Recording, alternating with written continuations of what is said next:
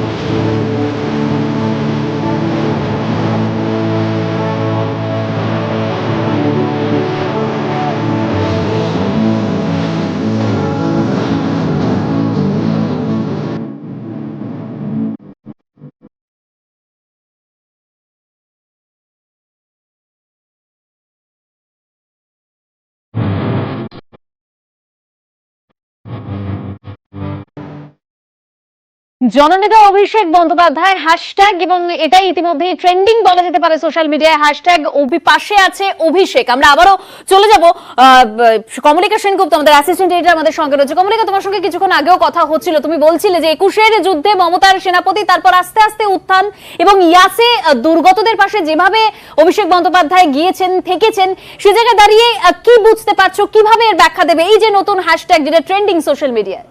দেখো, এই যে নতুন হ্যাশট্যাগ পাশে আছে অভিষেক, এটা গতকাল রাত্রে তৃণমূল কংগ্রেসের যে অফিসিয়াল টুইটার হ্যান্ডেল, সেই টুইটার হ্যান্ডেল থেকে টুইট করা হয়েছে। আমরা যদি দেখি অভিষেকের যে কেরিয়ার রয়েছে, 2014-এ যখন অভিষেক বন্দ্যোপাধ্যায় প্রথম সাংসদ হন, তখন তাকে বলা হতো কাপ অফ পার্লামেন্ট, অর্থাৎ সংসদের সর্বকনিষ্ঠ সদস্য ছিলেন তিনি। এবং স্বাভাবিকভাবে একটা জিনিস বারবার সামনে আসেই যে মমতা বন্দ্যোপাধ্যায়ের মতো দেশে একটা অত্যন্ত গুরুত্বপূর্ণ নেত্রী এবং ক্যারিজমেটিক লিডার, যিনি স্ট্রিট ফাইটার, এবং অবশ্যই গোটা বিরোধী দল যার দিকে তাকিয়ে থাকে, দেশের বিরোধী দল, কারণ এবারের যে নির্বাচন, সে নির্বাচনে তিনি যেভাবে হারিয়েছেন নরেন্দ্র মোদী, অমিত শাহ, এবং যেভাবে বিজেপিকে হারিয়েছেন, সেটা গোটা দেশের কাছে একটা দৃষ্টান্ত। আর সেখানে দাঁড়িয়েই আমরা দেখেছি যে 2014 থেকে আস্তে আস্তে দলটাকে বোঝার চেষ্টা করেছে অভিষেক বন্দ্যোপাধ্যায়। এবং গত 1.5 বছর বা 2 বছর ধরে যদি আমরা দেখি, তাহলে যে সময়টা দলে একের পর এক নেতা তারা ছেড়ে চলে যাচ্ছে, মন্ত্রীরা ছেড়ে চলে যাচ্ছে, বিভিন্ন লোক, বিভিন্ন নেতামন্ত্রী সময় বুঝে বিজেপির দিকে পা বাড়াচ্ছে, সেই সময়টা অভিষেক বন্দ্যোপাধ্যায় ব্যাক অফিস সামলেছেন।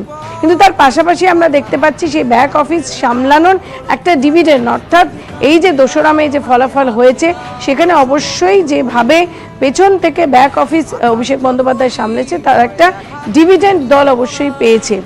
এবং তারপরে আমরা দেখতে পাচ্ছি যে ইয়াস যেদিনকে হলো, সেদিন থেকে অভিষেক বন্দ্যোপাধ্যায় আরও বেশি করে মানুষের কাছে পৌঁছানোর চেষ্টা করছে।